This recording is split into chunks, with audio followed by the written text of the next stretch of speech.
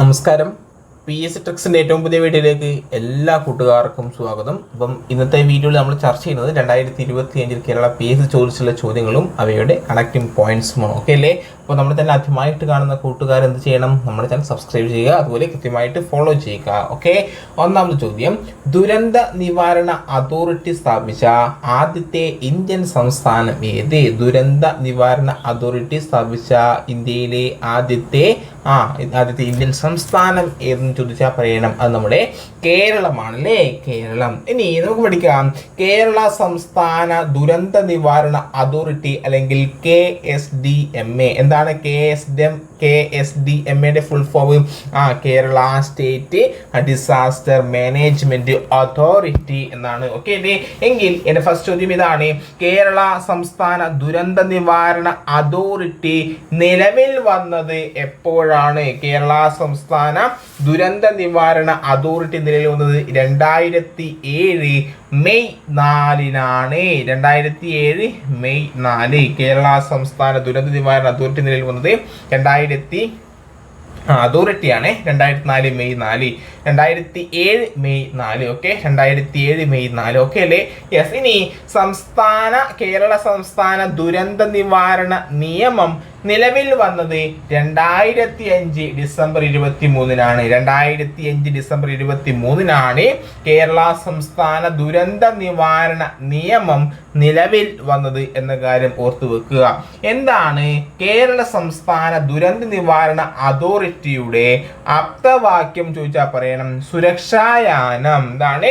സുരക്ഷായാനം, towards A safer state എന്നാണ് കേരള സംസ്ഥാന ദുരന്ത നിവാരണ അതോറിറ്റിയുടെ ആപ്തവാക്യം. എങ്കിൽ എൻ്റെ ചോദ്യം ഇതാണ്, ആസ്ഥാനം എവിടെയാണെന്ന് ചോദിച്ചാൽ പറയണം. കേരള സംസ്ഥാനം ദുരന്ത നിവാരണ അതോറിറ്റിയുടെ ആസ്ഥാനം തിരുവനന്തപുരമാണ്.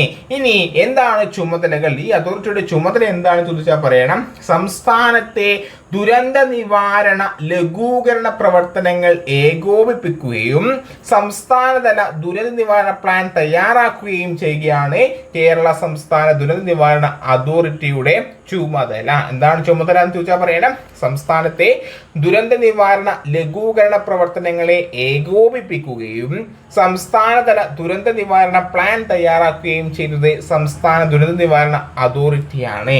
അതുപോലെ എല്ലാ ജില്ലകളിലെയും ദുരന്ത നിവാരണ പ്രവർത്തനങ്ങൾക്ക് മേൽനോട്ടം വഹിക്കുന്ന KSDMAയുടെ കീഴിലുള്ള സ്ഥാപനം ഏതാണ്? അത് സംസ്ഥാന അടിയന്തര ഘട്ട കാര്യനിർവഹണ കേന്ദ്രം അല്ലെങ്കിൽ സ്റ്റേറ്റ് എമർജൻസി ഓപ്പറേഷൻ സെന്റർ എന്നാണ്. എന്താണ്?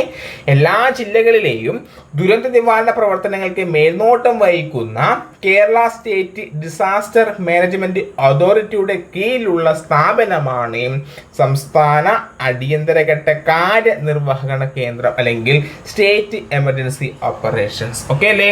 ഇനി ജില്ലകളിൽ ദുരന്ത ലഘൂകരണ പ്രവർത്തനങ്ങളുടെ ചുമതല വഹിക്കുന്നത് ജില്ലാ അടിയന്തര ഘട്ട നിർവഹണ കേന്ദ്രമാണ്. എന്താണ്? ജില്ലകളിൽ ദുരന്ത ലഘൂകരണ പ്രവർത്തനങ്ങളുടെ ചുമതല വഹിക്കുന്നത് ജില്ലാ അടിയന്തര ഘട്ട നിർവഹണ കേന്ദ്രമാണ്. ഇനി കേരള സംസ്ഥാന ദുരന്ത നിവാരണ അതോറിറ്റിയുടെ ചെയർമാൻ മുഖ്യമന്ത്രി അല്ലെങ്കിൽ അധ്യക്ഷൻ മുഖ്യമന്ത്രി, ഉപാധ്യക്ഷൻ റവന്യൂ മന്ത്രിയാണെന്ന് ഓർത്തു വെക്കുക. നിലവിലെ അംഗസംഖ്യ 10 ആണെന്നും കൂടി എന്താക്കുക, ഓർത്തു വെക്കുക. ഓക്കെ അല്ലേ? യെസ്. ഇനി നെക്സ്റ്റ് ക്വസ്റ്റ്യൻ ആണ്, ലോക വ്യാപാര സംഘടനയുമായി ബന്ധപ്പെട്ട പ്രസ്താവന പരിശോധിച്ച് ശരിയായവ കണ്ടെത്താനാണ് പറഞ്ഞിട്ടുള്ളത്. ലോക വ്യാപാര സംഘടന നിലവിൽ വന്നത് 1990 എന്നാണ് ആദ്യത്തെ പ്രസ്താവന. തെറ്റല്ലേ? തെറ്റായ പ്രസ്താവനയാണ്. എങ്കിൽ ലോക വ്യാപാര സംഘടന നിലവിൽ വന്ന വർഷം 1995. ലോക വ്യാപാര സംഘടന നിലവിൽ വന്നത് 1995 കാര്യം മറക്കാതെ ഓർത്തുവരിക. ഓക്കെ അല്ലേ? ഇനി രണ്ടാമത്തെ പ്രസ്താവന, ലോക വ്യാപാര സംഘടന രൂപീകരിക്കാൻ കാരണമായ ഉച്ചകോടിക്ക് വേദിയായ നഗരമാണ് മാരക്കേഷ്. ലോക വ്യാപാര സംഘടന രൂപീകരിക്കാൻ കാരണമായ ഉച്ചകോടിക്ക് വേദിയായ നഗരമേതാണ്? അത് മാരക്കേഷ്. ശരിയായ ശരിയായ പ്രസ്താവന 2 മാത്രമാണ്. ഒന്നാമത്തെ പ്രസ്താവന തെറ്റാണ്. നമ്മൾ പറഞ്ഞു ലോക വ്യാപാര സംഘടന നിലവിൽ വന്നത് 1995-ലാണ്. 1995-ലാണ് ലോക വ്യാപാര സംഘടന നിലവിൽ വന്നത് അല്ലേ. രാജ്യാന്തര വ്യാപാര നയങ്ങൾ രൂപവൽക്കരിക്കാനുള്ള സംഘടനയാണ് ലോക വ്യാപാര സംഘടന. 1948 ജനുവരി 1 രൂപവൽക്കരിച്ച ഗാട്ട് കരാറാണ് 1995 ജനുവരി 1 ലോക വ്യാപാര സംഘടന ആയി മാറിയത്. മനസ്സിലായില്ലേ? അപ്പം 1948 ജനുവരി 1 രൂപവൽക്കരിച്ച ഗാട്ട് കരാറാണ് 1995 ജനുവരി 1 ലോക വ്യാപാര സംഘടന വേൾഡ് ട്രേഡ് ഓർഗനൈസേഷൻ അല്ലെങ്കിൽ WTO ആയി മാറിയത്. ക്വസ്റ്റ്യൻ ആണ്. ലോക വ്യാപാര സംഘടനയുടെ ആസ്ഥാനം ചോദിച്ചാൽ പറയണം അത് ജനീവ. ഏതാണ്? ജനീവ. ലോക വ്യാപാര സംഘടനയുടെ ആസ്ഥാനം ചോദിച്ചാൽ പറയണം അത് ഏതാണ് കൂട്ടുകാരെ? ജനീവ. ലോക വ്യാപാര സംഘടനയുടെ ആസ്ഥാനം ജനീവയാണെന്ന കാര്യം എത്രയോ തവണ ആവർത്തിച്ച ക്വസ്റ്റ്യൻ ആണ്. മനസ്സിലാവുന്നില്ലേ? ഞാൻ പറയുന്ന കാര്യങ്ങൾ മനസ്സിലാവുന്നില്ലേ? എന്തെങ്കിലും നിങ്ങൾക്ക് എന്തെങ്കിലും തിരിയാത്ത ക്വസ്റ്റ്യൻ ഉണ്ടെങ്കിൽ അല്ലെങ്കിൽ നിങ്ങൾക്ക് മനസ്സിലാവാത്ത കാര്യങ്ങൾ ഉണ്ടെങ്കിൽ അല്ലെങ്കിൽ എന്തെങ്കിലും മാറ്റങ്ങൾ വരുത്തേണ്ട കാര്യങ്ങൾ ഉണ്ടെങ്കിൽ നിങ്ങൾ എന്ത് ചെയ്യണം? ഈ വീഡിയോയുടെ താഴെ കമന്റ് ചെയ്യാൻ മറക്കരുത്. അതുപോലെ ഈ പറയുന്ന കാര്യങ്ങൾക്ക് മനസ്സിലാവുന്നുണ്ടെങ്കിൽ അത് എന്താക്കണം? ലൈക്കിലൂടെയും കമന്റിലൂടെയും എന്നെ അറിയിക്കുക. ഓക്കെ അല്ലേ? യെസ്. ഇനി നെക്സ്റ്റ് ക്വസ്റ്റ്യൻ ആണ്. ഇന്ത്യയിൽ സർദാർ വല്ലഭായ് പട്ടേൽ ചെയർമാനായിരുന്ന കമ്മിറ്റികൾ ഏതാണ്? ഇന്ത്യയിൽ സർദാർ വല്ലഭായ് പട്ടേൽ കോൺസ്റ്റിറ്റ്യൂഷൻ കമ്മിറ്റികളും അവയുടെ കമ്മിറ്റി ചെയർമാൻമാർ വളരെ ഇമ്പോർട്ടൻ്റ് ആണ്. പീസ് ചോദിക്കുന്ന ചോദ്യമാണ്. നമുക്കറിയാം. നമുക്ക് ഓരോ നോക്കാം. നമ്മുടെ ഇതിൽ നമുക്ക് provincial constitution committee Sardar Vallabhbhai Patel, അതുപോലെ തന്നെ എന്തൊക്കെയാണ്? ന്യൂനപക്ഷം ആൻഡ് ട്രൈബൽ കമ്മിറ്റി ചെയർമാൻ ആരാണ്? സർദാർ വല്ലഭായ് പട്ടേൽ ആണ്. ഇതൊക്കെയാണ് പ്രൊവിൻഷ്യൽ കോൺസ്റ്റിറ്റ്യൂഷൻ കമ്മിറ്റി, അതുപോലെ ന്യൂനപക്ഷം and tribal committee chairman Sardar Vallabhbhai പട്ടേലാണ്. മറ്റു പോയിന്റ്സും കൂടി നമുക്ക് പഠിക്കാം. ഭരണഘടന നിർമ്മിക്കാനായി ഭരണഘടനാ നിർമ്മാണ സഭയിൽ ഭരണഘടനാ നിർമ്മാണ സഭയിൽ 22 കമ്മിറ്റികൾ ഉണ്ടായിരുന്നു. പ്രസ്താവന രീതിയിൽ ചോദിക്കാം. എത്ര കമ്മിറ്റികൾ ഉണ്ടായിരുന്നു? 22 കമ്മിറ്റികളാണ് ഉണ്ടായിരുന്നതിൽ. ഡ്രാഫ്റ്റിംഗ് കമ്മിറ്റിയാണ് ഇതിൽ ഏറ്റവും പ്രധാനപ്പെട്ടത്. Drafting committee chairman doctor BR Ambedkar PSC ഈ കഴിഞ്ഞ പരീക്ഷയിൽ ചോദിച്ചു. ഇതാണ് drafting committee chairman doctor BR Ambedkar ആണ്. ഇനി state committee chairman Jawaharlal Nehru. Steering committee chairman doctor Rajendra Prasad. Steering committee chairman ആരാണ് കൂട്ടുകാരെ? ഡോക്ടർ രാജേന്ദ്ര പ്രസാദ് ആണ്. ഇനി മൗലികാവകാശ സബ് കമ്മിറ്റി JB കൃപലാനി. മൗലികാവകാശ sub committee chairman JB Kripalani. Provincial constitution committee Sardar Vallabhbhai Patel. Provincial constitution committee chairman Sardar Vallabhbhai Patel. മനസ്സിലാവുന്നില്ലേ? അപ്പം ചോദിച്ചത് drafting committee chairman doctor BR Ambedkar ആണെന്ന് ചോദിച്ചു. State committee Jawaharlal Nehru. Steering committee doctor Rajendra Prasad.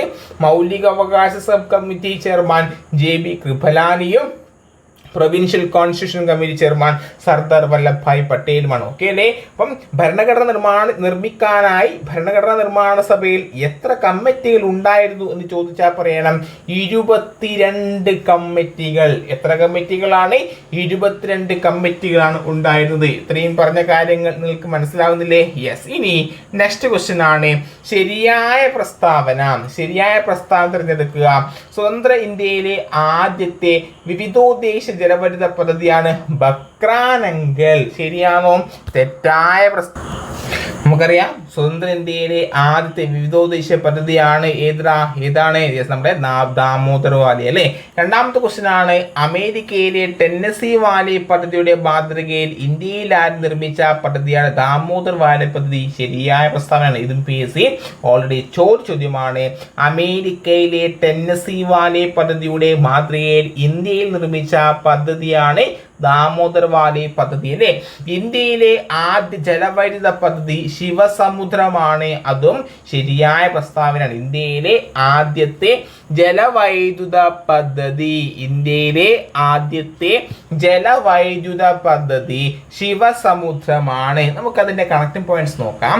ഒന്നാമത്തെ പ്രസ്താവന തെറ്റാണ് നമ്മൾ പറഞ്ഞു. കാരണം സ്വതന്ത്ര ഇന്ത്യയിലെ ആദ്യത്തെ വിവിധോദ്ദേശ ജലവൈദ്യുത പദ്ധതി ദാമോദർ വാലി പദ്ധതിയാണല്ലേ. ദാമോദർ വാലി മനസ്സിലാവുന്നില്ലേ? സ്വതന്ത്ര ഇന്ത്യയിലെ ആദ്യത്തെ വിവിധോദ്ദേശ ജലവൈദ്യുത പദ്ധതി ദാമോദർ വാലി പദ്ധതിയാണ്. ഇനി ഇന്ത്യയിലെ ഏറ്റവും വലിയ വിവിധോദ്ദേശ നദീ പദ്ധതിയാണ് ബക്രാനങ്കൽ. മനസ്സിലായില്ലേ? ഇന്ത്യയിലെ ഏറ്റവും വലിയ വിവിധോദ്ദേശ നദീജല പദ്ധതിയാണ് ബക്രാനങ്കൽ. ഇനി ഇന്ത്യയിലെ ആദ്യ ജലവൈദ്യുത പദ്ധതിയായ ശിവസമുദ്രം കർണാടകയിലെ കാവേരി നദിയിലാണ് സ്ഥിതി ചെയ്യുന്നത്. ഇന്ത്യയിലെ ആദ്യത്തെ ജലവൈദ്യുത പദ്ധതിയാണ് ശിവസമുദ്രം. ഈ ശിവസമുദ്രം സ്ഥിതി ചെയ്യുന്നത് കർണാടകയിലെ കാവേരി നദിയിലാണ്. ഓക്കെ അല്ലേ? ഇനി ഇന്ത്യയിലെ ആദ്യ ജലവൈദ്യുത നിലയമാണ് എന്താണ്? സിദ്രാപോങ്. സിദ്രാപോങ് എവിടെയാണ്? ഡാർജിലിംഗ്, ബംഗാൾ. ഇന്ത്യയിലെ ആദ്യത്തെ ജലവൈദ്യുത നിലയം സിദ്രാപോങ് ആണ്. നാഷണൽ ഹൈഡ്രോ പവർ കോർപ്പറേഷൻ സ്ഥാപിതമായത് 1975. നാഷണൽ ഹൈഡ്രോ പവർ കോർപ്പറേഷൻ സ്ഥാപിതമായത് 1975. 1975. ഓക്കെ അല്ലേ? നമ്മൾ പറഞ്ഞ കാര്യം എന്തൊക്കെയാണ്? സ്വതന്ത്ര ഇന്ത്യയിലെ ആദ്യത്തെ വിവിധോദ്ദേശ ജലവൈദ്യുത പദ്ധതിയാണ് ഏത്? ദാമോദർ വാലി പദ്ധതി അല്ലേ. അമേരിക്കയിലെ ടെന്നസി വാലി പദ്ധതിയുടെ മാതൃകയിൽ ഇന്ത്യയിൽ നിർമ്മിച്ച പദ്ധതിയാണ് ദാമോദർ വാലി പദ്ധതി.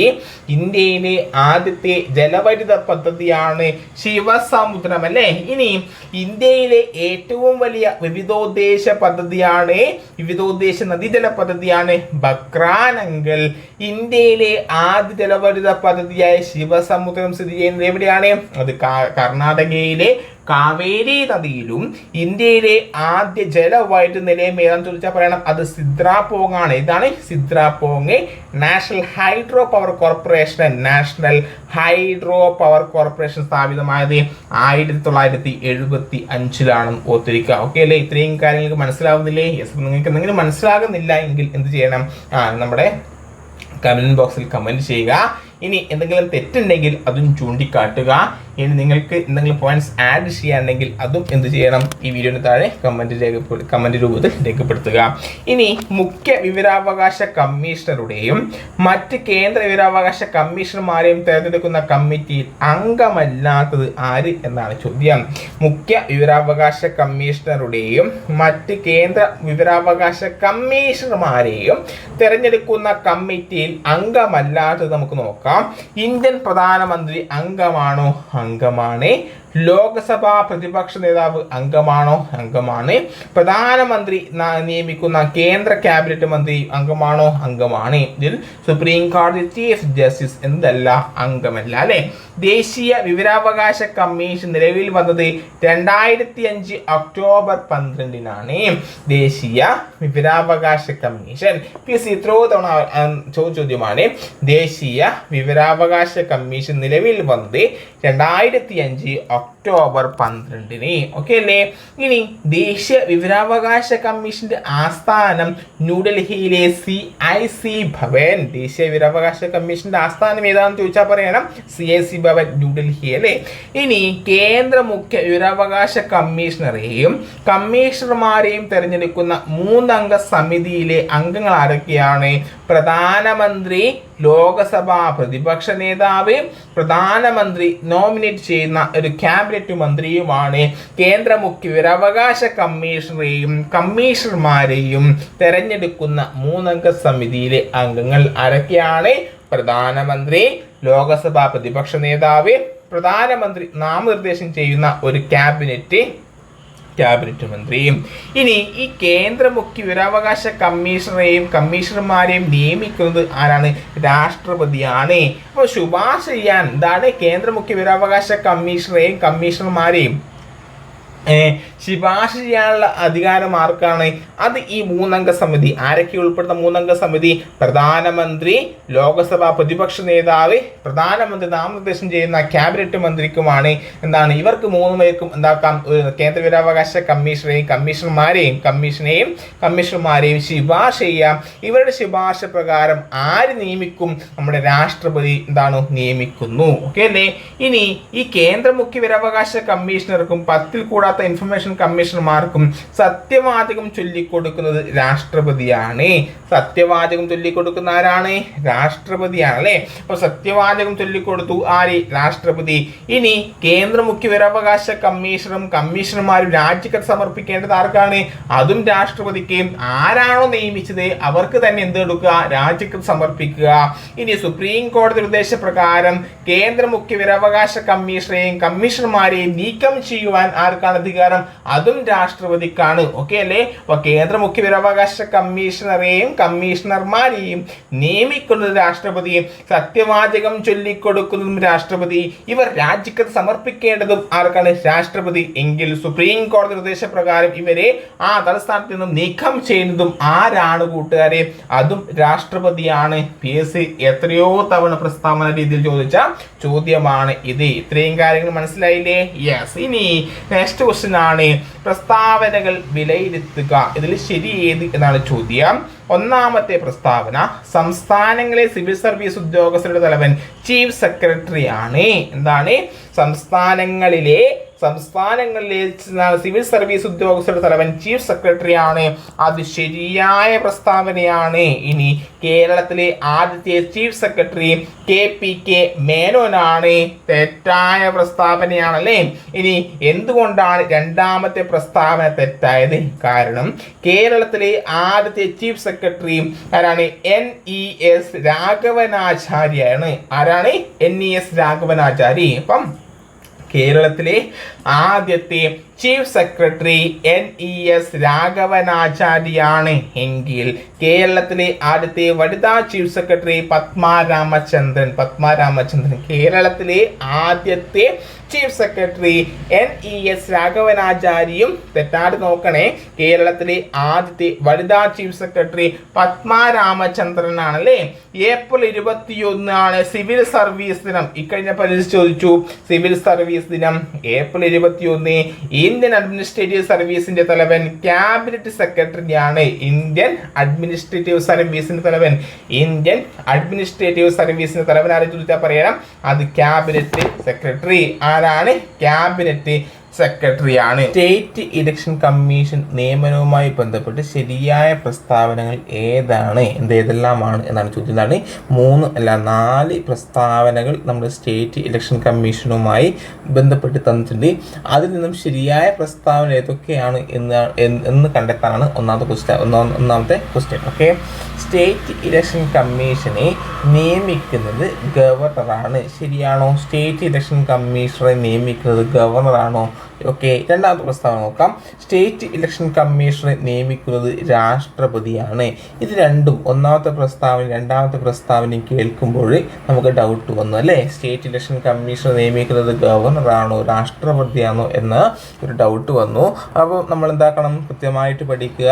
സ്റ്റേറ്റ് ഇലക്ഷൻ കമ്മീഷൻ നിയമിക്കുന്നത് ആരാണ് കൂട്ടുകാരെ? യെസ്, ഗവർണർ ആണല്ലേ? ഗവർണർ. ഒന്നാമത്തെ പ്രസ്താവന ശരിയാണ്, രണ്ടാമത്തെ പ്രസ്താവന തെറ്റാണ്. ഇനി മൂന്നാമത്തെ പ്രസ്താവന നോക്കാം. സ്റ്റേറ്റ് ഇലക്ഷൻ കമ്മീഷണറുടെ കാലാവധി 65 വയസ്സ് തികയുന്നതുവരെയോ പരമാവധി 5 വർഷമോ ആണ്. ശരിയായ പ്രസ്താവനയാണോ? ശരിയായ പ്രസ്താവനയാണല്ലേ? സ്റ്റേറ്റ് ഇലക്ഷൻ കമ്മീഷണറുടെ കാലാവധി 65 വയസ്സ് തികയുന്നതുവരെയോ പരമാവധി 5 വർഷമോ ആണ്. ഇനി നാലാമത്തെ പ്രസ്താവന നോക്കിയാലോ. ഇന്ത്യൻ ഭരണഘടന അനുച്ഛേദം 243K വകുപ്പ് 1 പ്രകാരമാണ് സ്റ്റേറ്റ് ഇലക്ഷൻ കമ്മീഷണറെ നിയമിക്കുന്നത്. അതും ശരിയായ പ്രസ്താവനയാണ്. ഇന്ത്യൻ ഭരണഘടനയുടെ അനുച്ഛേദം 243K വകുപ്പ് 1 പ്രകാരമാണ് സ്റ്റേറ്റ് ഇലക്ഷൻ കമ്മീഷണറെ നിയമിക്കുന്നത്. ഓക്കെ അല്ലേ? ഇനി ഇതിൻ്റെ അനുബന്ധമായിട്ടുള്ള കുറച്ച് കാര്യങ്ങൾ നമുക്ക് പഠിക്കാം. സ്റ്റേറ്റ് ഇലക്ഷൻ കമ്മീഷൻ ഒരു ഭരണഘടനാ സ്ഥാപനമാണ്. സ്റ്റേറ്റ് ഇലക്ഷൻ കമ്മീഷൻ ഒരു ഭരണഘടനാ സ്ഥാപനമാണ് അല്ലേ. സംസ്ഥാന നിയമസഭകളിലേക്കും പാർലമെന്റിലേക്കുമുള്ള തെരഞ്ഞെടുപ്പുകൾക്ക് പുറമെ രാഷ്ട്രപതി, ഉപരാഷ്ട്രപതി തെരഞ്ഞെടുപ്പുകളുടെ നടത്തിപ്പും നിയന്ത്രണവും ഇന്ത്യൻ തെരഞ്ഞെടുപ്പ് കമ്മീഷന്റെ ചുമതലയാണ്. എന്താണ്? സംസ്ഥാന നിയമസഭകളിലേക്കും പാർലമെന്റുകളിലേക്കുമുള്ള തെരഞ്ഞെടുപ്പുകൾക്ക് പുറമെ രാഷ്ട്രപതി, ഉപരാഷ്ട്രപതി തെരഞ്ഞെടുപ്പുകളുടെ നടത്തിപ്പും നിയന്ത്രണവും ഇന്ത്യൻ തെരഞ്ഞെടുപ്പ് കമ്മീഷന്റെ ചുമതലയാണ് അല്ലേ. ഇനി തദ്ദേശ സ്വയംഭരണ സ്ഥാപനങ്ങളിലേക്കുള്ള തെരഞ്ഞെടുപ്പിന്റെ നടത്തിപ്പ്, മേൽനോട്ടം, നിയന്ത്രണം തുടങ്ങിയവ സംസ്ഥാന തെരഞ്ഞെടുപ്പ് കമ്മീഷന്റെ ചുമതലയാണ്. ഇത് രണ്ടും മാറിപ്പോലെ. തദ്ദേശ സ്വയംഭരണ സ്ഥാപനങ്ങളിലേക്കുള്ള തെരഞ്ഞെടുപ്പിന്റെ നടത്തിപ്പ്, മേൽനോട്ടം, നിയന്ത്രണം എന്നിവ ആർക്കാണ്? എന്താണ്? ഇന്ത്യൻ തെരഞ്ഞെടുപ്പ് കമ്മീഷനല്ല, പകരം സംസ്ഥാന തെരഞ്ഞെടുപ്പ് കമ്മീഷന്റെ ചുമതലകളാണ്. ഓക്കെ അല്ലേ.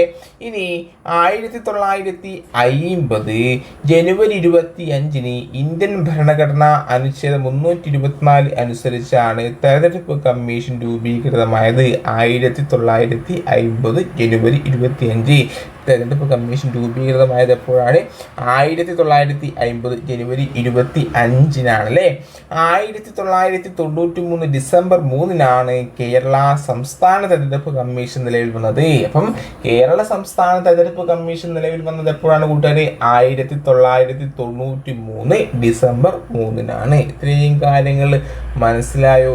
മനസ്സിലായോ അല്ലേ. അപ്പം തദ്ദേശ സ്വയംഭരണ സ്ഥാപനങ്ങളിലേക്കുള്ള തെരഞ്ഞെടുപ്പ് നടത്തിപ്പ്, മേൽനോട്ടം, നിയന്ത്രണം നടത്തുന്നത് സംസ്ഥാന തെരഞ്ഞെടുപ്പ് കമ്മീഷനാണ്. എന്താണ്? തെരഞ്ഞെടുപ്പ് കമ്മീഷൻ ഭരണഘടനാ സ്ഥാപനമാണ്.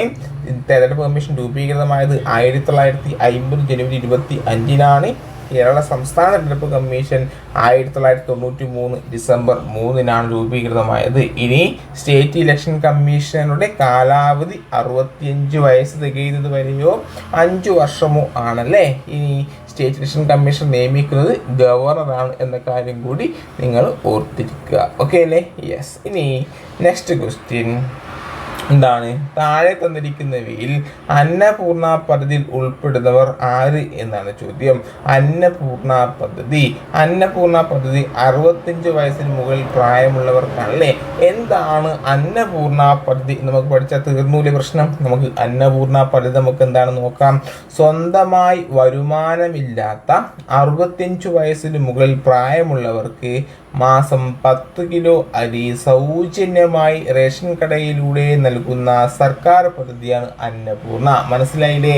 എത്ര വയസ്സിന് മുകളിലുള്ള ആൾക്കാർക്കാണ്? 65 വയസ്സിന് അല്ലേ. ഓർത്തിരിക്കുക, 65 വയസ്സാണ് ഇവിടെ വളരെ ഇമ്പോർട്ടൻ്റ് ആയത്. പീസ് തരുന്നത് ഇതേ സംഭവം തരും, പകരം 60 വയസ്സ്, 80 വയസ്സ്, 75 വയസ്സ്, 65 വയസ്സൊക്കെ തരും. അപ്പം നമ്മൾ പഠിച്ചിരിക്കുക, സ്വന്തമായി വരുമാനമില്ലാത്ത 65 വയസ്സിന് മുകളിൽ പ്രായമുള്ളവർക്ക് മാസം 10 കിലോ അരി സൗജന്യമായി റേഷൻ കടയിലൂടെ നൽകുന്ന സർക്കാർ പദ്ധതിയാണ് അന്നപൂർണ പദ്ധതി അല്ലേ.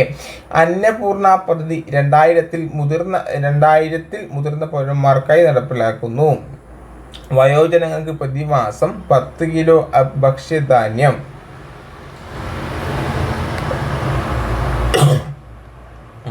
പ്രതിമാസം 10 കിലോ ധാന്യം സൗജന്യമായി വിതരണം ചെയ്യുന്ന ഭക്ഷ്യസുരക്ഷാ പദ്ധതിയാണ് ഏത്? അന്നപൂർണ അല്ലേ.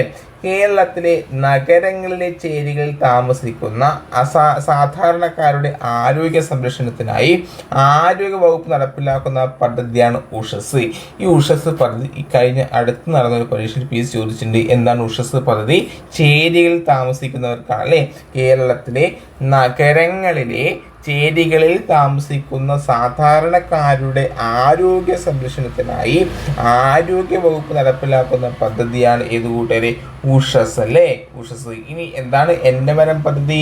കുട്ടികളിൽ പ്രകൃതി സ്നേഹം വളർത്താനായി വിദ്യാഭ്യാസ വനം വകുപ്പുകൾ ചേർന്ന് ആരംഭിച്ച വനവൽക്കരണ പദ്ധതിയാണ് എൻ്റെ മരം പദ്ധതി.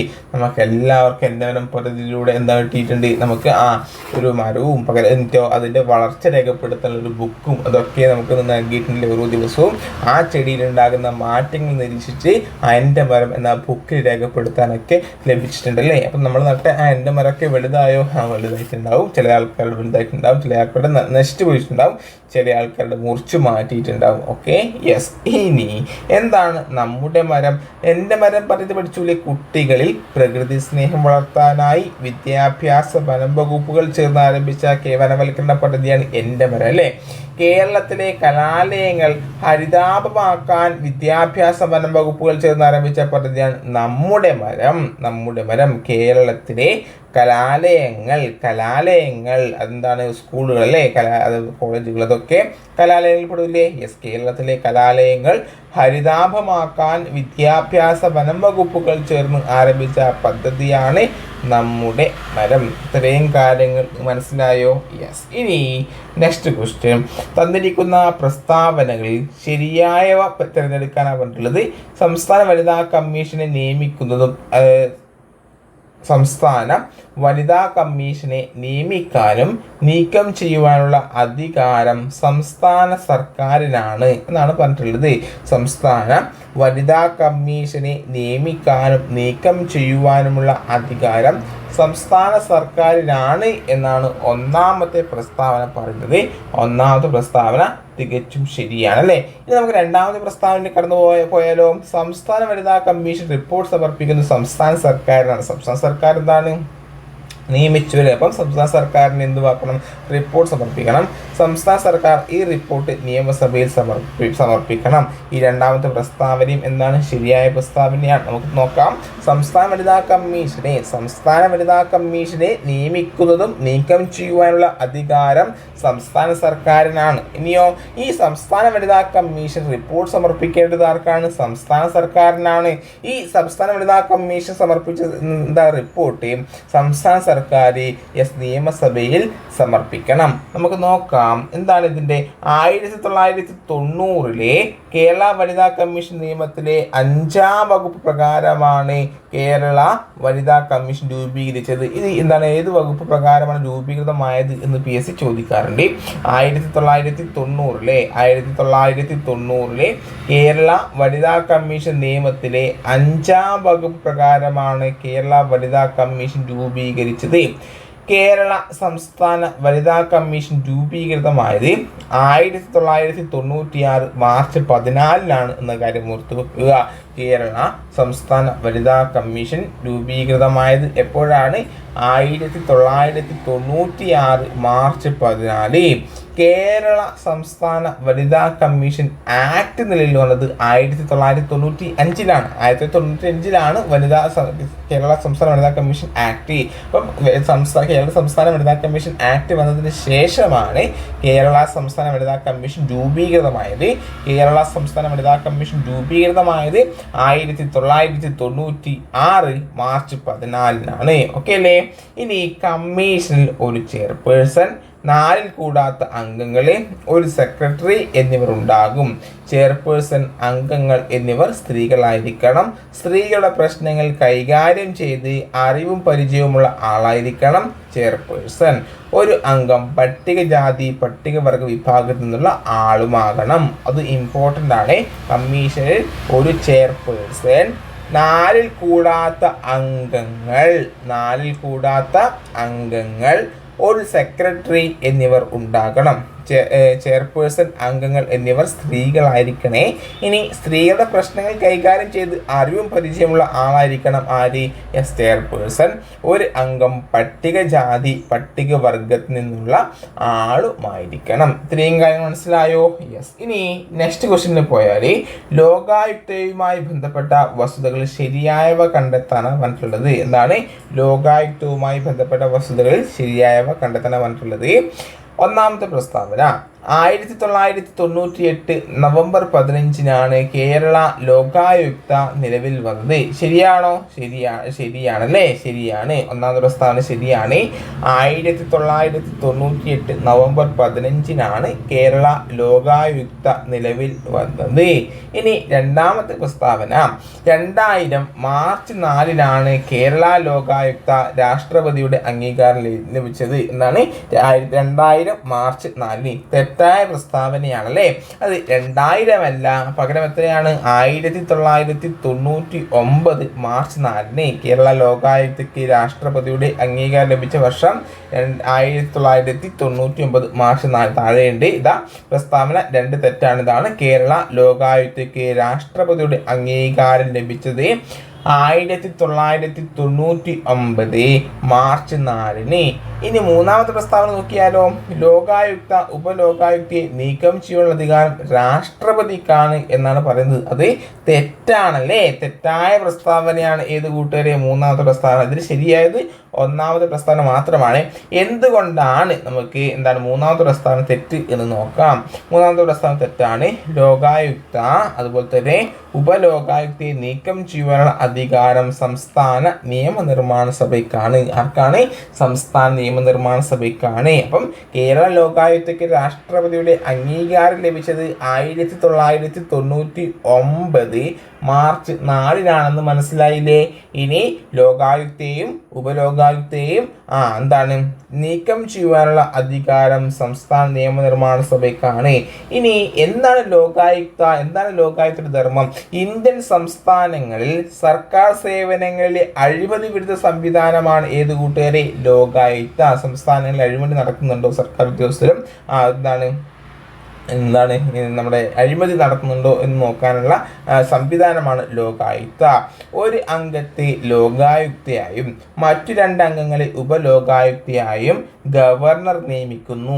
ആര് നിയമിക്കുന്നു? ഗവർണർ നിയമിക്കുന്നു അല്ലെ. ഒരംഗത്തെ ലോകായുക്തയായും മറ്റു 2 അംഗങ്ങളെ ഉപലോകായുക്തയായും ഗവർണർ നിയമിക്കുന്നു. ലോകായുക്തയും ഉപലോകായുക്തയും രാജിക്കത്ത് സമർപ്പിക്കേണ്ടത് ഗവർണർക്കാണ്. ലോകായുക്തയുടെ ശമ്പളം ഹൈക്കോടതി ചീഫ് ജസ്റ്റിന്റെ ശമ്പളത്തിന് തുല്യമാണ്. ഉപലോകായുക്തയുടെ ശമ്പളം ഹൈക്കോടതി ജഡ്ജിയുടെ ശമ്പളത്തിന് തുല്യമാണെന്നും കൂടി ഓർത്തു വെക്കുക. മനസ്സിലായില്ലേ?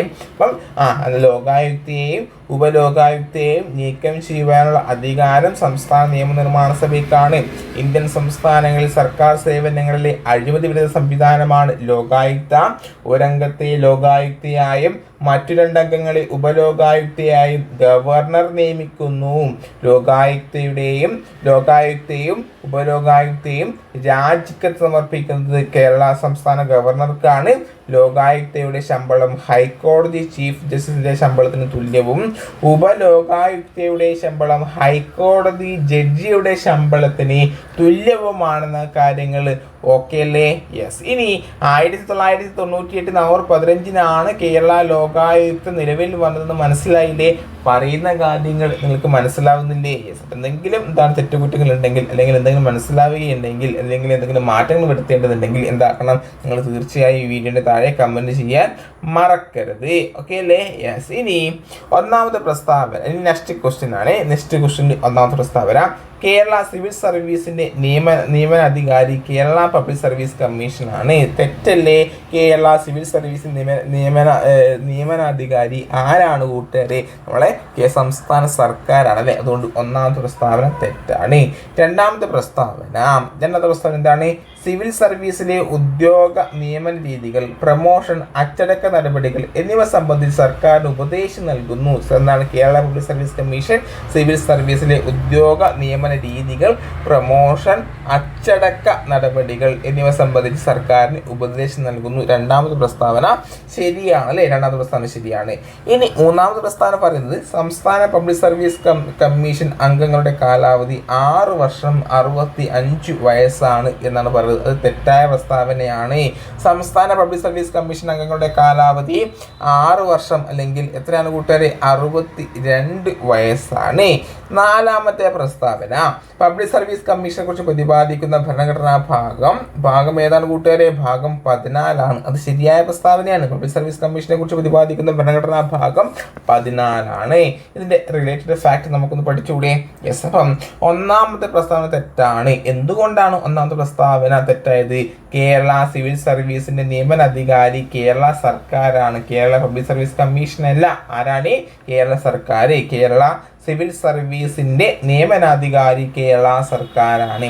ഇനി മൂന്നാമത്തെ പ്രസ്താവന തെറ്റാണ്. കാരണം സംസ്ഥാന പബ്ലിക് സർവീസ് കമ്മീഷൻ അംഗങ്ങളുടെ കാലാവധി 6 വർഷം അല്ലെങ്കിൽ 62 വയസ്സ് ഏതാണോ ഫസ്റ്റ് ആവുന്നത് അതായിരിക്കും. ഇപ്പം ഒരു വ്യക്തി അയാൾക്ക് 62 വയസ്സ് 4 വർഷം മാത്രമേ ആയിട്ടുള്ളൂ, അംഗമായിട്ട് 4 വർഷം മാത്രമേ ആയിട്ടുള്ളൂ. പക്ഷേ അയാൾ 62 വയസ്സായി എന്ന് വെച്ചാൽ അയാൾ എന്താക്കണം? റിട്ടയർമെന്റ് ആവണം അല്ലേ, അതിൽ നിന്ന് പിരിയണം. ഓക്കെ അല്ലേ? ഇനി കേരളം നിലവിൽ വന്നതോടെ Thirukochi public service commission Kerala public service കമ്മീഷനായി രൂപാന്തരപ്പെട്ടു. കേരളം നിലവിൽ വന്നതോടെ Thirukochi public service commission Kerala public service കമ്മീഷനായി രൂപാന്തരപ്പെട്ടു. വിവിധ തസ്തികയിൽ ഉദ്യോഗാർത്ഥികളെ തിരഞ്ഞെടുക്കാൻ ഒരു പബ്ലിക് സർവീസ് കമ്മീഷൻ നിലവിലുണ്ടായിരുന്നു. ഡോക്ടർ GD നോക്സ് ആയിരുന്നു ആദ്യ കമ്മീഷൻ. തിരുക്കൊച്ചി പബ്ലിക് സർവീസ് കമ്മീഷന്റെ ആദ്യ കമ്മീഷണറായിരുന്നു GD നോക്സ് ആയിരുന്നു. തിരുക്കൊച്ചി സംയോജനം വരെ അദ്ദേഹം പ്രവർത്തിച്ചു. കേരള സംസ്ഥാനം രൂപീകരിച്ച ശേഷം നിലവിൽ വന്ന PSCയുടെ പ്രഥമ ചെയർമാൻ VK വേലായുധനാണ്. നമുക്ക് അറിയാം അല്ലേ? കേരള സംസ്ഥാനം രൂപീകരിക്കപ്പെട്ടതോടെ നിലവിൽ വന്ന കേരള PSCയുടെ പ്രഥമ ചെയർമാൻ ആരാണ്? VK വേലായുധൻ. ആരാണ് കൂട്ടുകാരെ? VK വേലായുധൻ. ഓക്കെ അല്ലേ? യെസ്. ഇനി നെക്സ്റ്റ് ക്വസ്റ്റ്യൻ ആണ്, തന്നിരിക്കുന്നവയിൽ പിങ്ക് അലേർട്ട് പദ്ധതിയുമായി ബന്ധപ്പെട്ട ശരിയായ പ്രസ്താവന ഏത്? പിങ്ക് അലേർട്ട് തന്നിരിക്കുന്നവയിൽ പിങ്ക് അലേർട്ട് പദ്ധതിയുമായി ബന്ധപ്പെട്ട ശരിയായ പ്രസ്താവന ഏത് എന്നാണ് ചോദ്യം. ഓപ്ഷൻ സി, കുടുംബശ്രീയുടെ നേതൃത്വത്തിൽ ആരംഭിച്ച ആദ്യ വനിതാ ദുരന്ത നിവാരണ സംഘമാണ് ഏത്? Pink alert. പിങ്ക് അലേർട്ട് നമുക്ക് പഠിക്കാം. സ്ത്രീകളുടെ സുരക്ഷയ്ക്കായി കുടുംബശ്രീയുടെ നേതൃത്വത്തിൽ ആരംഭിച്ച ടാക്സി സർവീസിന്റെ പേരാണ് കുടുംബശ്രീ ട്രാവൽസ് എന്നാണ്. കുടുംബശ്രീ ട്രാവൽസ്. ആ പേരിൽ തന്നെ ഉണ്ടല്ലേ. സ്ത്രീകളുടെ സുരക്ഷയ്ക്കായി കുടുംബശ്രീയുടെ നേതൃത്വത്തിൽ ആരംഭിച്ച ടാക്സി സർവീസിന്റെ പേരാണ് കുടുംബശ്രീ ട്രാവൽസ്. ഓക്കെ അല്ലേ? സമൂഹത്തിന്റെ മുഖ്യധാരയിൽ ഇടം ലഭിക്കാത്ത നിരാലംബരായ ആളുകൾക്ക് അതിജീവന ആവശ്യങ്ങളും അടിസ്ഥാന സൗകര്യങ്ങളും ലഭ്യമാക്കുന്ന സംരംഭമാണ് ആശ്രയ. സമൂഹത്തിലെ മുഖ്യധാരയിൽ ഇടം ലഭിക്കാത്ത നിരാലംബരായ ആളുകൾക്ക് അതിജീവന ആവശ്യങ്ങളും അടിസ്ഥാന സൗകര്യങ്ങളും ലഭ്യമാക്കുന്ന സംരംഭമാണ് ആശ്രയ. ആശ്രയ. ഓക്കെ അല്ലേ? ഇനി എന്താണ് ഷീ ലോഡ്ജ്? വിദ്യാർത്ഥിനികൾക്കും സ്ത്രീകൾക്കും മിതമായ നിരക്കിൽ സുരക്ഷിതമായ താമസ സൗകര്യവും ആഹാരവും ഒരുക്കുന്ന സംരംഭമാണ് ഷീ ലോഡ്ജ്. വിദ്യാർത്ഥിനികൾക്കും സ്ത്രീകൾക്കും മിതമായ നിരക്കിൽ സുരക്ഷിതമായ താമസ സൗകര്യവും ആഹാരവും ഒരുക്കുന്ന സംരംഭമാണ് ഷീ ലോഡ്ജ്. ഓക്കെ. അപ്പൊ എന്താണ് കുടുംബശ്രീ ട്രാവൽസ്? സ്ത്രീകളുടെ സുരക്ഷയ്ക്കായി കുടുംബശ്രീയുടെ നേതൃത്വത്തിൽ ആരംഭിക്കുന്ന ടാക്സി സർവീസാണ് കുടുംബശ്രീ ട്രാവൽസ്. സമൂഹത്തിന്റെ മുഖ്യധാരയിൽ ഇടം ലഭിക്കാത്ത നിരാലംബരായ ആളുകൾക്ക് അതിജീവന ആവശ്യങ്ങളും അടിസ്ഥാന സൗകര്യങ്ങളും ലഭ്യമാക്കുന്ന സംരംഭമാണ് ആശ്രയ. ഇനി വിദ്യാർത്ഥിനികൾക്കും സ്ത്രീകൾക്കും മിതമായ നിരക്കിൽ സുരക്ഷിതമായ താമസ സൗകര്യവും ആഹാരവും ഒരുക്കുന്ന സംരംഭം ഏതാണെന്ന് ചോദിച്ചാൽ പറയണം she lodge. She lodge. Mahatma Gandhi, ഇത് ഓൾറെഡി PSC ചോദ്യമാണ്. മഹാത്മാഗാന്ധി ദേശീയ ഗ്രാമീണ തൊഴിലുറപ്പ് പദ്ധതി പ്രകാരം 100 ദിവസത്തെ തൊഴിൽ ലഭിച്ച പട്ടികവർഗക്കാർക്ക് 100 ദിവസത്തെ തൊഴിൽ കൂടി ലഭ്യമാക്കാൻ കേരള സർക്കാർ ആവിഷ്കരിച്ച പദ്ധതി ഏത്? മഹാത്മാഗാന്ധി ദേശീയ ഗ്രാമീണ തൊഴിലുറപ്പ് പദ്ധതി പ്രകാരം 100 ദിവസത്തെ തൊഴിൽ ലഭിച്ച പട്ടികവർഗക്കാർക്ക് 100 ദിവസത്തെ തൊഴിൽ കൂടി ലഭ്യമാക്കാൻ കേരള സർക്കാർ ആവിഷ്കരിച്ച പദ്ധതിയാണ് കൂട്ടുകാരെ ട്രൈബൽ പ്ലസ്. ട്രൈബൽ പ്ലസ് ആണ്. അവർക്ക് ഒരു പ്ലസ് ഒരു 100 ജോലി കൂടി. ആർക്കാണ്? പട്ടികവർഗക്കാർക്ക് 100 ദിവസത്തെ തൊഴിൽ ലഭിച്ചു. അവർക്ക് ഓൾറെഡി 100 ദിവസത്തെ തൊഴിൽ ലഭിച്ചു. ഇനി പ്ലസ് 100, അതായത് ട്രൈബൽ പ്ലസ് 100 ദിവസത്തെ തൊഴിൽ കൂടി ലഭ്യമാക്കാൻ കേരള സർക്കാർ ആവിഷ്കരിച്ച പദ്ധതിയാണ് ട്രൈബൽ പ്ലസ് അല്ലേ. ഇനി കേരള സംസ്ഥാന ആദിവാസി വികസന വകുപ്പാണ് ട്രൈബൽ പ്ലസ് പദ്ധതിയുടെ ചെലവ് വഹിക്കുന്നത്. ആരാണ്? കേരള സംസ്ഥാന ആദിവാസി വികസന വകുപ്പാണ് ട്രൈബൽ പ്ലസ് പദ്ധതിയുടെ ചെലവ് വഹിക്കുന്നത്? മനസ്സിലായോ? മഹാത്മാഗാന്ധി തൊഴിലുറപ്പ് പദ്ധതിക്കു കീഴിൽ 100 ദിവസം തൊഴിൽ പൂർത്തിയാക്കുന്ന കേരളത്തിലെ എല്ലാ പട്ടികവർഗ കുടുംബങ്ങൾക്കും ഈ ആനുകൂല്യം ലഭിക്കുന്നതാണ്. അല്ലേ? മഹാത്മാഗാന്ധി തൊഴിലുറപ്പ് പദ്ധതി നിരീക്ഷിക്കുന്നത് ഇന്ത്യ ഗവൺമെന്റിന്റെ ഗ്രാമവികസന മന്ത്രാലയമാണ്. മഹാത്മാഗാന്ധി തൊഴിലുറപ്പ് പദ്ധതി നിരീക്ഷിക്കുന്നത് ആരാണ്? ഇന്ത്യ ഗവൺമെന്റിന്റെ ഗ്രാമവികസന മന്ത്രാലയമാണ്. ആരാണ്? ഗ്രാമവികസന മന്ത്രാലയമാണ്. ഓക്കെ അല്ലേ? ഇനി PSC ചോദിക്കാൻ ചാൻസ് ഉള്ള മറ്റൊരു ക്വസ്റ്റ്യൻ ആണ്, ഇന്ത്യയിലെ ആദ്യ ട്രൈബൽ എംപ്ലോയ്മെന്റ് എക്സ്ചേഞ്ച് വന്നത് തിരുവനന്തപുരം ജില്ലയിലാണ്. ഇന്ത്യയിലെ ആദ്യത്തെ ട്രൈബൽ എംപ്ലോയ്മെന്റ് എക്സ്ചേഞ്ച് വന്നത് എവിടെയാണ്? തിരുവനന്തപുരം ജില്ലയിലാണ്. അപ്പം എന്താണ് ട്രൈബൽ പ്ലസ് എന്ന് പറഞ്ഞാൽ? മഹാത്മാഗാന്ധി ദേശീയ ഗ്രാമീണ തൊഴിലുറപ്പ് പദ്ധതി പ്രകാരം 100 ദിവസത്തെ തൊഴിൽ ലഭിച്ച പട്ടികവർഗക്കാർക്ക് 100 ദിവസത്തെ കൂടി അധികം ലഭ്യമാക്കാൻ കേരള സർക്കാർ ആവിഷ്കരിച്ച പദ്ധതിയാണ് ട്രൈബൽ പ്ലസ് അല്ലേ? ഇനി നമ്മുടെ മഹാത്മാഗാന്ധി തൊഴിലുറപ്പ് പദ്ധതി നിരീക്ഷിക്കുന്നത് ഇന്ത്യ ഗവൺമെന്റിന്റെ ഗ്രാമവികസന മന്ത്രാലയം MRD ആണെന്ന കാര്യം ഓർത്തു വെക്കുക. അതുപോലെ ഇവിടെ ഇമ്പോർട്ടന്റ്, ഇന്ത്യയിലെ ആദ്യത്തെ ട്രൈബൽ എംപ്ലോയ്മെന്റ് എക്സ്ചേഞ്ച് നിലവിൽ വന്നത് തിരുവനന്തപുരം ജില്ലയിലാണെന്നും കൂടി ഓർത്തു വെക്കുക. നെക്സ്റ്റ് വെരി ഇമ്പോർട്ടന്റ് ക്വസ്റ്റ്യൻ, സംസ്ഥാന മനുഷ്യാവകാശ കമ്മീഷനുമായി ബന്ധപ്പെട്ട പ്രസ്താവനകൾ നിരീക്ഷിച്ച് ശരിയായ ഓപ്ഷൻ തിരഞ്ഞെടുക്കുക എന്നാണ് പറഞ്ഞിട്ടുള്ളത്. നമുക്ക് നോക്കാം. സംസ്ഥാന മനുഷ്യാവകാശ കമ്മീഷൻ റിപ്പോർട്ട് നൽകേണ്ടത് സംസ്ഥാന സർക്കാരാണ്. ശരിയാണോ? ശരിയാണല്ലേ. സംസ്ഥാന മനുഷ്യാവകാശ കമ്മീഷൻ റിപ്പോർട്ട് സമർപ്പിക്കേണ്ടത് ആർക്കാണ്? നമ്മുടെ സംസ്ഥാന സർക്കാർ തന്നെയാണ്. രണ്ടാമത്തെ പ്രസ്താവന, ഒന്നാമത്തെ പ്രസ്താവന ശരിയാണ്, നമുക്ക് കിട്ടിയല്ലേ? ഒന്നാമത്തെ പ്രസ്താവന ശരിയാണ്. ഈ രണ്ടാമത്തെ പ്രസ്താവനയിലൂടെ കടന്നു പോകാം. സംസ്ഥാന മനുഷ്യാവകാശ കമ്മീഷന്റെ അന്വേഷണ വിഭാഗത്തിന്റെ തലവൻ ഇൻസ്പെക്ടർ ജനറൽ റാങ്കിലുള്ള ആളായിരിക്കണം. അതും ശരിയായ പ്രസ്താവനയാണ്. സംസ്ഥാന മനുഷ്യാവകാശ കമ്മീഷന്റെ അന്വേഷണ വിഭാഗത്തിന്റെ തലവൻ ഇൻസ്പെക്ടർ ജനറൽ റാങ്കിലുള്ള ആളായിരിക്കണം. ഇത് നമുക്ക് പല ആൾക്കാർക്കും അറിയാത്ത പോയിന്റ് ആണ്, അതുകൊണ്ട് ഓർത്തു വെക്കുക. സംസ്ഥാന മനുഷ്യാവകാശ കമ്മീഷന്റെ അന്വേഷണ വിഭാഗത്തിന്റെ തലവൻ ഇൻസ്പെക്ടർ ജനറൽ റാങ്കിലുള്ള ആളായിരിക്കണം. അതായത് 1ഉം 2ഉം പ്രസ്താവന ശരിയാണ്. ഓക്കെ, ഇനി അതിന്റെ കണക്റ്റിംഗ് പോയിന്റ്സിലൂടെ നമുക്ക് കടന്നു പോകാം. അതിനു മുന്നേ നമ്മുടെ ചാനൽ ആദ്യമായിട്ട് കാണുന്ന കൂട്ടുകാർ എന്ത് ചെയ്യണം? നമ്മുടെ ചാനൽ സബ്സ്ക്രൈബ് ചെയ്യണം, അതുപോലെ കൃത്യമായിട്ട് ഫോളോ ചെയ്യുക. Okay, yes. ഇനി ഭരണഘടനയോ രാജ്യാന്തര പ്രഖ്യാപനങ്ങളോ ഉറപ്പു നൽകുന്ന ഏതൊരു മനുഷ്യാവകാശവും വ്യക്തിയുടെ ജീവിക്കുവാനും സ്വാതന്ത്ര്യത്തിനും തുല്യതയ്ക്കും അന്തസ്സിനുമുള്ള അവകാശമാണ്. ഭരണഘടനയോ രാജ്യാന്തര പ്രഖ്യാപനങ്ങളോ ഉറപ്പു നൽകുന്ന ഏതൊരു മനുഷ്യാവകാശവും വ്യക്തിയുടെ ജീവിക്കാനും സ്വാതന്ത്ര്യത്തിനും തുല്യതയ്ക്കും അന്തസ്സിനുമുള്ള അവകാശമാണ്. ദേശീയ മനുഷ്യാവകാശ കമ്മീഷൻ ഇത്തരം അവകാശങ്ങളുടെ സംരക്ഷണം മുൻനിർത്തി ഇന്ത്യയിൽ സ്ഥാപിതമായ ഒരു സ്ഥാപനമാണ്. നമുക്കറിയാലേ, ദേശീയ മനുഷ്യാവകാശ കമ്മീഷൻ. സംസ്ഥാന മനുഷ്യാവകാശ കമ്മീഷന്റെ ആസ്ഥാനം തിരുവനന്തപുരമാണെന്ന് അറിയാം. സംസ്ഥാന മനുഷ്യാവകാശ കമ്മീഷന്റെ ആസ്ഥാനം എവിടെ ആണെന്ന് ചോദിച്ചാൽ പറയണം, അത് തിരുവനന്തപുരമാണ്. സംസ്ഥാന മനുഷ്യാവകാശ കമ്മീഷനിലുള്ളവർ രാജിക്കത്ത് നൽകേണ്ടത് ഗവർണർക്കാണെന്ന കാര്യം പ്രസ്താവന രീതിയിൽ PSC അടുത്ത കാലത്ത് നടന്ന പരീക്ഷയിൽ ചോദിച്ചാണ്. സംസ്ഥാന മനുഷ്യാവകാശ കമ്മീഷനിലുള്ളവർ രാജിക്കത്ത് നൽകേണ്ടത് ആർക്കാണ്? അത് ഗവർണർക്കാണ് അല്ലേ? ഭരണഘടനയിലെ 7ാം പട്ടികയിലെ സംസ്ഥാന ലിസ്റ്റിലും കൺകർ ലിസ്റ്റിലും പരാമർശിച്ചിരിക്കുന്ന വിഷയങ്ങളുമായി ബന്ധപ്പെട്ട് മാത്രമേ സംസ്ഥാന മനുഷ്യാവകാശ കമ്മീഷന് മനുഷ്യാവകാശ ലംഘനത്തെക്കുറിച്ച് അന്വേഷിക്കാൻ കഴിയൂ. ഭരണഘടനയുടെ 7ാം പട്ടികയിൽ, ലിസ്റ്റുകൾ 7ാം പട്ടികയിലിടാം, 7ല്ലേ? യെസ്. അപ്പം 7ാം പട്ടികയിലെ സംസ്ഥാന ലിസ്റ്റിലും കൺകർ ലിസ്റ്റിലും പരാമർശിച്ചിരിക്കുന്ന വിഷയങ്ങളുമായി ബന്ധപ്പെട്ട് മാത്രമേ സംസ്ഥാന മനുഷ്യാവകാശ കമ്മീഷന് മനുഷ്യാവകാശ ലംഘനങ്ങളെക്കുറിച്ച് അന്വേഷിക്കാൻ കഴിയൂ എന്നാണ് പറയുന്നത്. ഇനി യൂണിയൻ ലിസ്റ്റിൽ ഉൾപ്പെട്ട വിഷയങ്ങളിൽ മനുഷ്യാവകാശ ലംഘനം ഉണ്ടായാൽ സംസ്ഥാന മനുഷ്യാവകാശ കമ്മീഷൻ അന്വേഷിക്കാൻ അധികാരമില്ല. അത് ദേശീയ മനുഷ്യാവകാശ കമ്മീഷനാണ് എന്താണ് അധികാരം. ഈ യൂണിയൻ ലിസ്റ്റിൽ ഉൾപ്പെട്ട വിഷയങ്ങളിൽ മനുഷ്യാവകാശ ലംഘനം ഉണ്ടായാൽ സംസ്ഥാന മനുഷ്യാവകാശ കമ്മീഷന് അത് അന്വേഷിക്കുവാനുള്ള അധികാരം ഇല്ല. ഇത്രയും കാര്യങ്ങൾ മനസ്സിലായോ? പറയുന്ന കാര്യം മനസ്സിലാവുന്നില്ലേ? യെസ്. ഇനി നെക്സ്റ്റ് ക്വസ്റ്റ്യൻ. നെക്സ്റ്റ് തന്നിട്ടുള്ളത് ഒരു കോളമാണ്. താഴെ തന്നിരിക്കുന്ന ക്ഷേമ പദ്ധതികൾ ശരിയായ രീതിയിൽ ക്രമീകരിക്കുക എന്നാണ് പറഞ്ഞിട്ടുള്ളത്. ഒന്നാമത്തേത് നമ്മുടെ വയോരക്ഷ തന്നിട്ടുണ്ട്, രണ്ടാമത് വയോ അമൃതം തന്നിട്ടുണ്ട്, വയോ മധുരം തന്നിട്ടുണ്ട്, വയോ മിത്രം തന്നിട്ടുണ്ട്.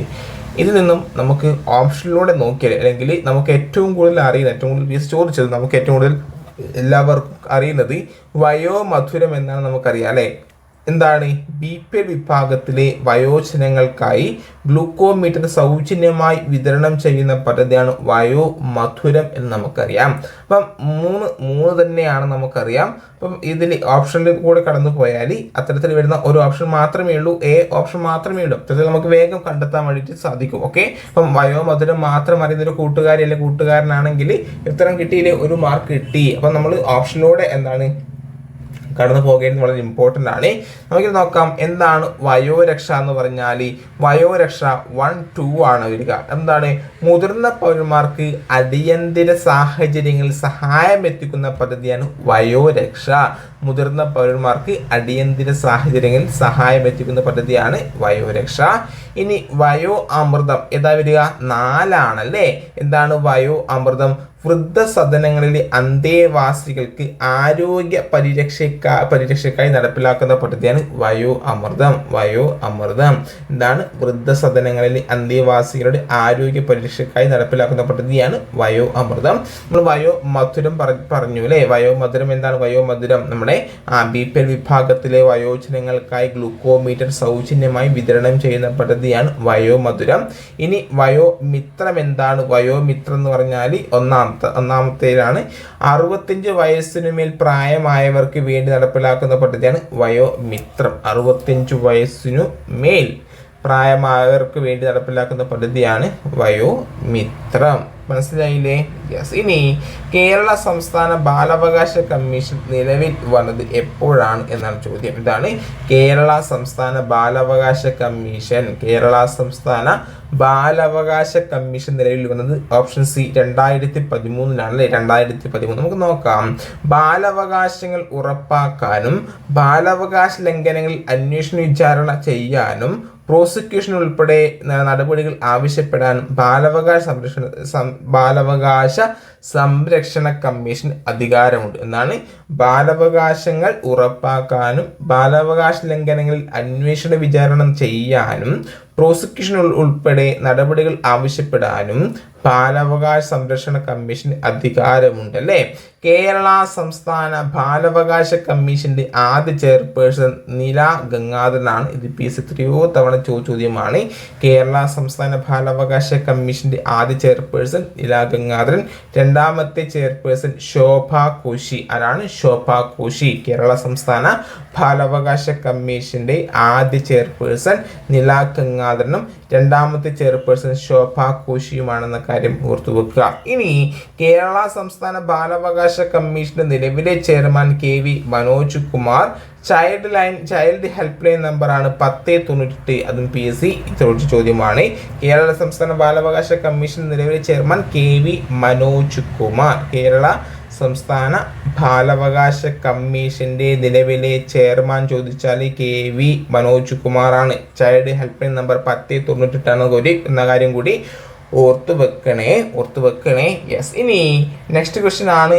കേരള ആസൂത്രണ ബോർഡ് ഉപാധ്യക്ഷനുമായി ബന്ധപ്പെട്ട ശരിയായ ജോഡി തിരഞ്ഞെടുക്കാനാണ് വന്നിട്ടുള്ളത്.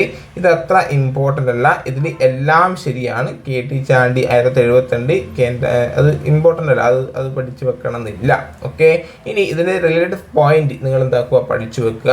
1967 സംസ്ഥാന ആസൂത്രണ ബോർഡ് രൂപം കൊണ്ടത്. ഏത് വർഷമാണ് സംസ്ഥാന ആസൂത്രണ ബോർഡ് രൂപം കൊണ്ടത് എന്ന് ചോദിച്ചാൽ പറയണം 1967. 1967 കേരള സംസ്ഥാന ആസൂത്രണ ബോർഡ് രൂപം കൊണ്ടത്. മുഖ്യമന്ത്രി അധ്യക്ഷനായ ബോർഡിന്റെ ഒരു ഉപാധ്യക്ഷനും പ്രധാന മേഖലകൾ കൈകാര്യം ചെയ്യുന്ന അംഗങ്ങളും പാർട്ട് ടൈം അംഗങ്ങളും ഉണ്ടാകും. സംസ്ഥാന ആസൂത്രണ ബോർഡിൽ മുഖ്യമന്ത്രി അധ്യക്ഷനായ ബോർഡിൽ ആരാണ് അധ്യക്ഷൻ ചോദിച്ചാൽ മുഖ്യമന്ത്രി, ഒരു ഉപാധ്യക്ഷനും പ്രധാന മേഖലകൾ കൈകാര്യം ചെയ്യുന്ന അംഗങ്ങളും പാർട്ട് ടൈം അംഗങ്ങളും ഉണ്ടാകുമല്ലേ. ചീഫ് സെക്രട്ടറിയും ധനകാര്യ സെക്രട്ടറിയും ബോർഡിലെ സ്ഥിരം അംഗങ്ങളാണ്. അത് വളരെ ഇമ്പോർട്ടൻ്റ് ആണ്. പ്രസ്താവന രീതി ചോദിക്കുക. ആസൂത്രണ ബോർഡ്, സംസ്ഥാന ആസൂത്രണ ബോർഡിൽ ചീഫ് സെക്രട്ടറിയും ധനകാര്യ സെക്രട്ടറിയും എന്താണ് സ്ഥിരം അംഗങ്ങളാണ്. ശരിയായ പ്രസ്താവനയാണ്. 2001-2005 കേരള ആസൂത്രണ ബോർഡ് മെമ്പർ സെക്രട്ടറി SM വിജയാനന്ദാണ്. 2001-2005 കേരള ആസൂത്രണ board member secretary SM Vijayanand. 1980-81 Kerala ആസൂത്രണ board member secretary KB Nambiar. 1987-92 Kerala ആസൂത്രണ board member secretary S Varadachari എന്ന കാര്യം കൂടി ഓർത്തു വെക്കുക. ഓക്കെ അല്ലേ? ഇനി ദുരന്തങ്ങളെ പൊതുവെ 5ആയി തരംതിരിച്ചിട്ടുണ്ട്. സുനാമി, മണ്ണിടിച്ചിൽ എന്നിവ. താഴെ പറയുന്നവയിൽ ഏതിലാണ് ഉൾപ്പെടുന്നത് എന്നാണ് ചോദ്യം. എന്താണ്? ദുരന്തങ്ങളെ പൊതുവായി 5ആയി തരംതിരിച്ചിട്ടുണ്ട്. സുനാമി, മണ്ണിടിച്ചിൽ എന്നിവ താഴെ പറയുന്നവയിൽ ഏതിലാണ് ഉൾപ്പെടുക? ഭൗമഘടനയുമായി ബന്ധപ്പെട്ട ദുരന്തങ്ങളിലാണ് സുനാമി, മണ്ണിടിച്ചിൽ എന്നിവ ഉൾപ്പെടുക. ഏതാണ്? ഭൗമഘടനയുമായി ബന്ധപ്പെട്ട ദുരന്തങ്ങൾ. ഭൗമഘടനയുമായി ബന്ധപ്പെട്ട മറ്റ് ദുരന്തങ്ങളാണ് ഭൂകമ്പം, ഉരുൾപൊട്ടൽ, അഗ്നിപർവ്വത സ്ഫോടനം എന്നിവ. ഭൂകമ്പം, ഉരുൾപൊട്ടൽ, അഗ്നിപർവ്വത സ്ഫോടനം എന്നിവ ഭൗമഘടനയുമായി ബന്ധപ്പെട്ട ദുരന്തങ്ങളാണ് അല്ലേ? ജലവും കാലാവസ്ഥയുമായി ബന്ധപ്പെട്ട ദുരന്തങ്ങളാണ് വെള്ളപ്പൊക്കം, കൊടുങ്കാറ്റ്, ചുഴലിക്കാറ്റ്, വരൾച്ച, ഇടിമിന്നൽ, ഹിമപാതം, ഉഷ്ണക്കാറ്റ്, ശീതക്കാറ്റ്, കടലാക്രമണം, മേഘപാതം, പേമാരി എന്നിവ. നമുക്ക് വേഗം കിട്ടും അല്ലേ? ജലവും കാലാവസ്ഥയുമായി ബന്ധപ്പെട്ട ദുരന്തങ്ങളാണ് വെള്ളപ്പൊക്കം, കൊടുങ്കാറ്റ്, ചുഴലിക്കാറ്റ്, വരൾച്ച, ഇടിമിന്നൽ, ഹിമപാതം, ഉഷ്ണക്കാറ്റ്, ശീതക്കാറ്റ്, കടലാക്രമണം, മേഘപാതം, പേമാരി. ചെറുതും വലുതുമായ ദുരന്തങ്ങളാണ് തീപിടുത്തം, കെട്ടിടങ്ങളുടെ തകർച്ച, സ്ഫോടനങ്ങൾ, ആഘോഷങ്ങളുമായി ബന്ധപ്പെട്ട ദുരന്തങ്ങൾ, റോഡ് റെയിൽ അപകടങ്ങൾ, വൈദ്യുത അപകടങ്ങൾ, ബോട്ട് അപകടങ്ങൾ, ഓയിൽ ചോർച്ച എന്നിവ. പകർച്ചവ്യാധികൾ,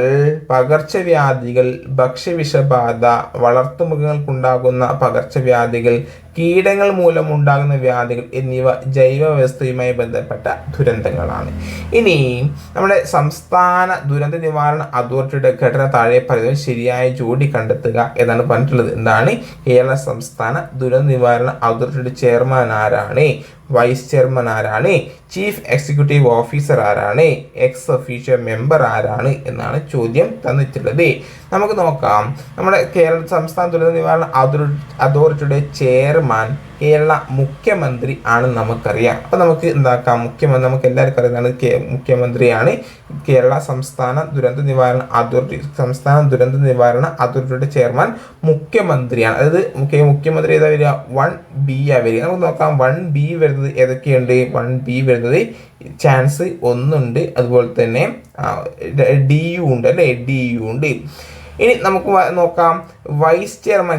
സംസ്ഥാന ദുരന്ത നിവാരണ അതോറിറ്റിയുടെ വൈസ് ചെയർമാൻ റവന്യൂ വകുപ്പ് മന്ത്രിയാണ് നമുക്കറിയാം. അപ്പം 2D വരും. നമുക്ക് 2D 1Aയിലും Dയിലും ഏത് 2D തന്നെയാണ് വരിക. Aയിലും Dയിലും 2D, അത് കറക്റ്റായിട്ട് വരിക. ചീഫ് എക്സിക്യൂട്ടീവ് ഓഫീസർ ആരാണ്? ചീഫ് എക്സിക്യൂട്ടീവ് സംസ്ഥാന ദുരന്ത നിവാരണ അതോറിറ്റിയുടെ chief executive officer chief secretary ആണെന്ന് പഠിച്ചു വെക്കുക. ചീഫ് എക്സിക്യൂട്ടീവ് ഓഫീസർ ആരാണ് കൂട്ടുകാരെ?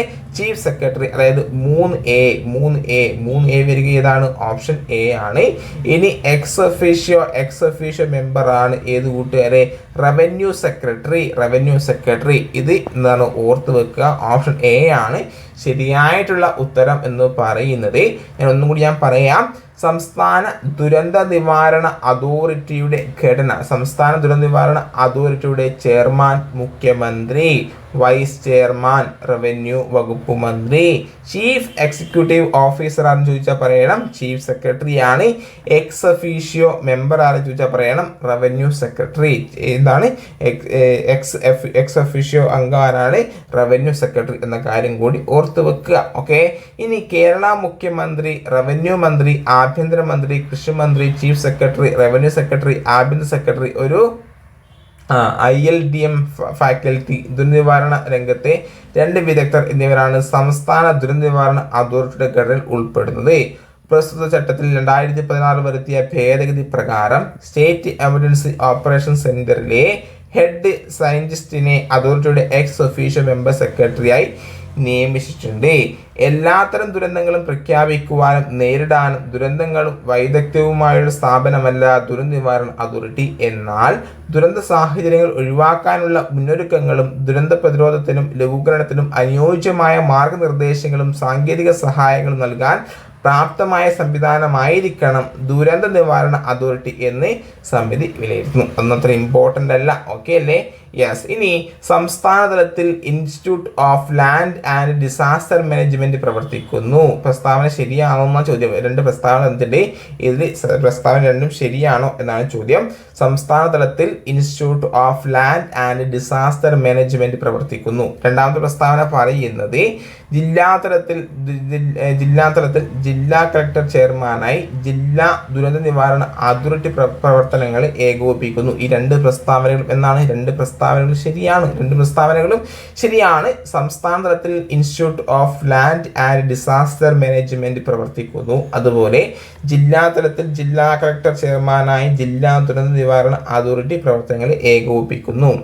ദേശീയ തലത്തിൽ പ്രധാനമന്ത്രി ചെയർമാനായ ദേശീയ ദുരന്ത നിവാരണ അതോറിറ്റി, സംസ്ഥാന തലത്തിൽ മുഖ്യമന്ത്രി ചെയർമാനായ സംസ്ഥാന ദുരന്ത നിവാരണ അതോറിറ്റി, അതുപോലെ ജില്ലാ തലത്തിൽ ജില്ലാ കളക്ടർ ചെയർമാനായ ജില്ലാ ദുരന്ത നിവാരണ അതോറിറ്റി എന്നിവ ദുരന്ത നിവാരണ പ്രവർത്തനങ്ങളെ ഏകോപിപ്പിക്കുന്നു. അല്ലേ? ദുരന്ത പ്രതികരണ പ്രവർത്തനങ്ങൾക്ക് നേതൃത്വം നൽകാനായി ദേശീയ ദുരന്ത പ്രതികരണ സേന, സംസ്ഥാന ദുരന്ത പ്രതികരണ സേന എന്നിവയും നിലവിലുണ്ട്. പ്രതികരണ പ്രവർത്തനങ്ങൾക്ക് നേതൃത്വം നൽകാനായി ദേശീയ ദുരന്ത പ്രതികരണ സേനയും സംസ്ഥാന ദുരന്ത പ്രതികരണ സേനയും നിലവിലുണ്ട്. ദുരന്ത നിവാരണം സംബന്ധിച്ച പഠന പരിശീലന പ്രവർത്തനങ്ങൾക്കായി ദേശീയ തലത്തിൽ national institute of disaster management, സംസ്ഥാന തലത്തിൽ institute of land and disaster management എന്നിവയും പ്രവർത്തിക്കുന്നു. ദുരന്ത നിവാരണം സംബന്ധിച്ച പഠന പരിശീലന പ്രവർത്തനങ്ങൾക്കായി ദേശീയ തലത്തിൽ നാഷണൽ ഇൻസ്റ്റിറ്റ്യൂട്ട് ഓഫ് ഡിസാസ്റ്റർ മാനേജ്മെന്റും സംസ്ഥാന തലത്തിൽ institute of land and disaster management എന്നിവയും പ്രവർത്തിക്കുന്നുണ്ടല്ലേ. ഇനി സംസ്ഥാന കാര്യങ്ങൾ പ്രസ്താവനകൾ വിലയിരുത്തുകയാണ് പറഞ്ഞിട്ടുള്ളത്. ഇതിൽ ശരിയായ പ്രസ്താവന ഏത് എന്നാണ് ചോദ്യം. ഗാർഹിക പീഡനത്തിന് ഇരയാകുന്നവർക്ക് നിയമപരമായി സഹായം നൽകാൻ സംസ്ഥാന ഗവൺമെന്റ് നിയമിക്കുന്ന ഉദ്യോഗസ്ഥരാണ് സംരക്ഷണ ഉദ്യോഗസ്ഥർ. വളരെ ഇമ്പോർട്ടൻ്റ്. ഈ കഴിഞ്ഞ പരീക്ഷ ചോദിച്ചു സംസ്ഥാന സംരക്ഷണ ഉദ്യോഗസ്ഥർ ആരാണ് ചോദിച്ചു അല്ലേ. ഗാർഹിക പീഡനത്തിന് ഇരയാകുന്നവർക്ക് നിയമപരമായ സഹായം നൽകാൻ സംസ്ഥാന ഗവൺമെന്റ് നിയമിക്കുന്ന ഉദ്യോഗസ്ഥരാണ് സംരക്ഷണ ഉദ്യോഗസ്ഥൻ. നിയമപ്രകാരമുള്ള ചുമതലകൾ നിർവഹിക്കാൻ മജിസ്ട്രേറ്റിനെ സംരക്ഷണ ഉദ്യോഗസ്ഥർ സഹായിക്കുന്നു. നിയമപ്രകാരമുള്ള ചുമതല വഹിക്കാൻ മജിസ്ട്രേറ്റിനെ സംരക്ഷണ ഉദ്യോഗസ്ഥർ സഹായിക്കുന്നു. ആരാണ് സംരക്ഷണ ഉദ്യോഗസ്ഥർ?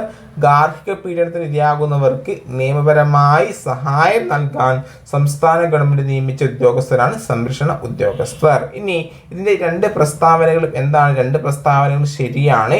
ഇതിന്റെ കണക്റ്റിംഗ് പോയിന്റ്സ് പറയാം. ഒരു ജില്ലയിൽ ഒന്നിലധികം സംരക്ഷണ ഉദ്യോഗസ്ഥർ ഉണ്ടാകും. അല്ലേ? സംരക്ഷണ ഉദ്യോഗസ്ഥർ ഗാർഹിക സംഭവ റിപ്പോർട്ട് തയ്യാറാക്കി മജിസ്ട്രേറ്റ് നൽകുകയും പകർപ്പ് പോലീസിനും സേവനദാതാക്കൾക്കും കൈമാറുകയും ചെയ്യുന്നു. ഒരു ജില്ലയിൽ ഒന്നിലധികം സംരക്ഷണ ഉദ്യോഗസ്ഥർ ഉണ്ടാകും. വളരെ ഇമ്പോർട്ടൻ്റ്, നോട്ട് ചെയ്ത് പഠിച്ചു. സംരക്ഷണ ഉദ്യോഗസ്ഥർ ഗാർഹിക സംഭവ റിപ്പോർട്ട് തയ്യാറാക്കി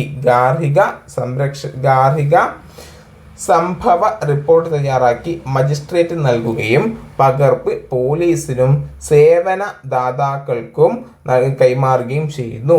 ഗാർഹിക പീഡന നിരോധന നിയമപ്രകാരമുള്ള കേസുകൾ വിചാരണ ചെയ്യുവാനുള്ള അധികാരം ആർക്കാണ്? അത് മജിസ്ട്രേറ്റിനാണ്. ഗാർഹിക പീഡന നിരോധന നിയമപ്രകാരമുള്ള കേസുകൾ വിചാരണ ചെയ്യുന്നത് മജിസ്ട്രേറ്റ് ആണെന്ന് ഓർത്തു വെക്കുക. കോടതിയിൽ സമർപ്പിക്കപ്പെട്ട അപേക്ഷയിൽ 3 ദിവസത്തിനുള്ളിൽ എതിർകക്ഷി നോട്ടീസ് നൽകണം. കഴിയുന്നതും ആദ്യ വാദം കേട്ട ശേഷം 60 ദിവസത്തിനുള്ളിൽ പരാതി തീർപ്പ് കൽപ്പിക്കേണ്ടതാണ്. കോടതിയിൽ സമർപ്പിക്കപ്പെട്ട അപേക്ഷയിൽ 3 ദിവസത്തിനുള്ളിൽ എതിർകക്ഷിക്ക് നോട്ടീസ് നൽകണം.